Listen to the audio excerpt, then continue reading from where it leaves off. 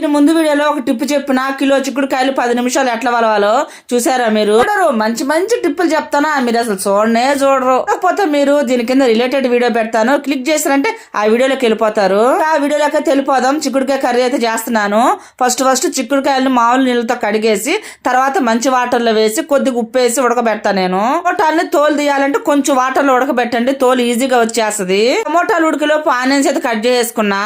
Stove వెలిగించుకొని కడాయి పెట్టుకొని కూరగా సరిపడా ఆయిల్ పోసుకొని ఆవాలు జీలకర్ర ఇంకా అంతకని ఏం వేయట్లేదు. నేను కొంచెం చిటపట్లాడిచుండే, లేకుంటే పచ్చిగా ఉంటుంది నోటికి తగులుతుంటే.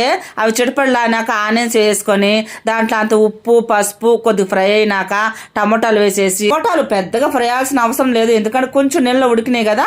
ఇక నా చిక్కుడుకాయలు కూడా వేసేసుకొని దాంట్లో కొద్దిగా కారం వేసేసుకొని అన్ని ఉడికిపోయినాయి కాబట్టి ఒక్క 3 minutes 4 minutes సన్న సిమ్లో పెట్టి మగ్గబెట్టినామంటే కూర రెడీ అయిపోద్ది. అన్నం కూడా వండేసినట్టనే ఉంటుంది. అందరికి బై.